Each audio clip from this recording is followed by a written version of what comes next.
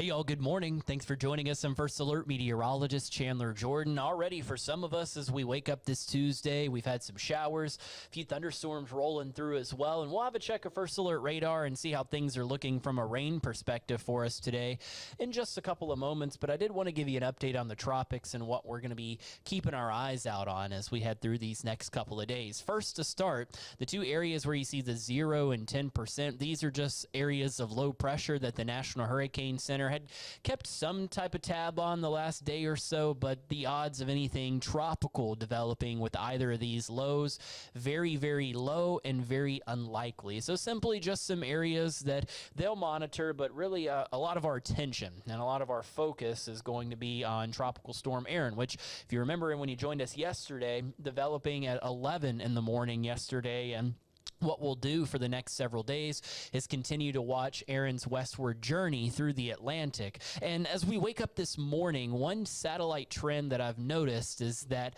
the shower and thunderstorm activity, which is highlighted with some of these shades of yellow, orange, and red around the core of the system, not entirely enclosed. And that's typical of a tropical system that's in the process of gaining strength and structure. And so as it continues to move westward, we will see these cycling trends up and down as far as the thunderstorm activity is concerned, and that is Erin itself attempting to organize, better reinforce its structure, and in turn, as this happens, that's where more stronger winds will start to sustain themselves around the center of Erin's circulation. And it's going to continue to roll off to the west for the next several days. And so keep in mind what you're seeing here on the map is the forecast track of Erin as it continues its westward journey, and it's looking more and more likely that we'll have a hurricane either late tomorrow or early Thursday morning when we're waking up together on sunrise as this strengthening trend continues. And from there,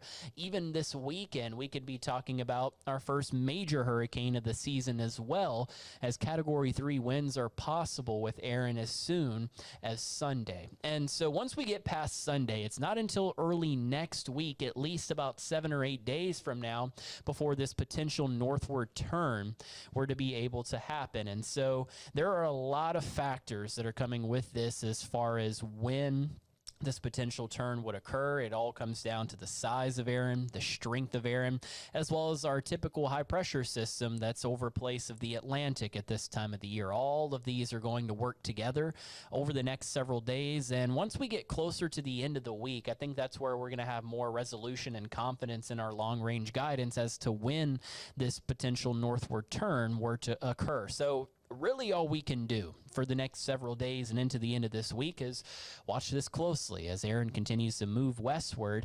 And I do want to note, though, that there is one thing that is going to promote tropical development, and that is warm sea surface temperatures. And looking at some of the buoy readings across the Atlantic and into the Caribbean, notice how there are warm sea surface temperatures. When you start to talk about ocean temperatures that are in the middle or upper 80s, this is very helpful and very promoteful of further tropical development. So that is why the forecast potentially has Erin as a major hurricane as soon as Sunday.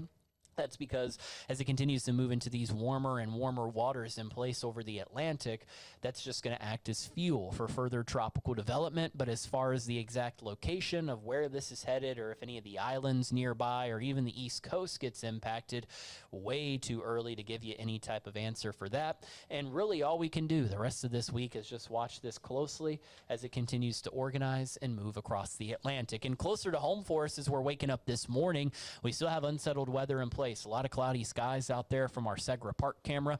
Temperatures have been a little on the warm side this morning, a summertime feel as you step out. A lot of middle and upper 70s to greet you as you get your Tuesday started. And we do have some showers as well, and even a couple of rumbles of thunder that we're tracking on First Alert radar this morning. A couple of these thunderstorms have mainly been located across parts of Saluda as well as Newberry counties this morning, and that's where some of this concentrated rain remains as we approach the 9 o'clock hour. Some good downpours right now around Prosperity, Little Mountain, Newberry, getting in on some of this heavier rain at times this morning. That particular thunderstorm will move into Fairfield County near and just to the north of Winnsboro over the next 30 to 45 minutes. The rest of this rain that you're seeing out there, including parts of Kershaw County and Lee County, these showers and storms will continue to move into North Carolina Carolina as we head through the next couple of hours. So if you missed out on this first round of rain this morning, I wouldn't say you're going to be entirely dry all day long. There will be another opportunity to pick up on some rainfall out there.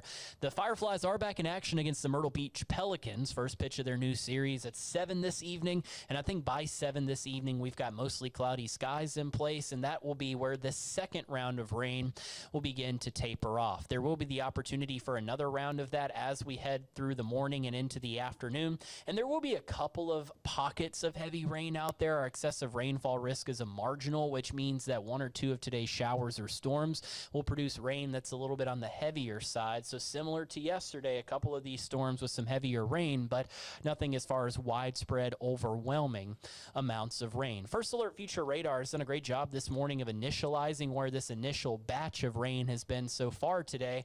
And notice how that as we head closer to lunchtime, these original showers from the morning move into North Carolina, and I think that settles us into a little bit of a lull in the activity by 12 and 1 o'clock. So if you have lunch plans, a lot of us will be dry, not entirely though, and then once we get into the afternoon, that's where this next batch of rain and thunder will begin to redevelop. So a few additional showers and storms out there for us a little later today. A couple of rounds of rain and thunder can't be ruled out during the afternoon, and then notice how by the early evening here, 7 and 8 o'clock on Future Radar, most of us dry. So I think if you're headed to the Fireflies game out at Segra Park, should be good to go. A lot of clouds are going to be hanging with us at that point.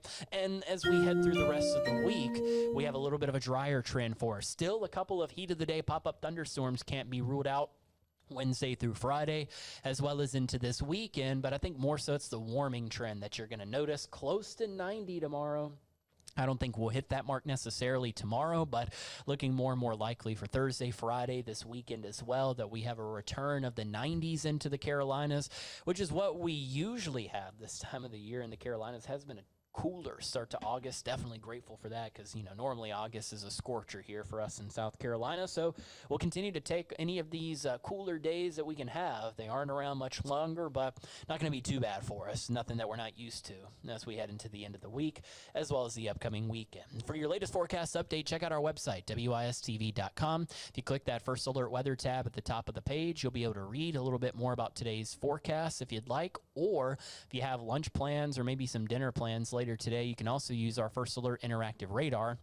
Here it is showing the rain that we have out there this morning as it continues to move across the state.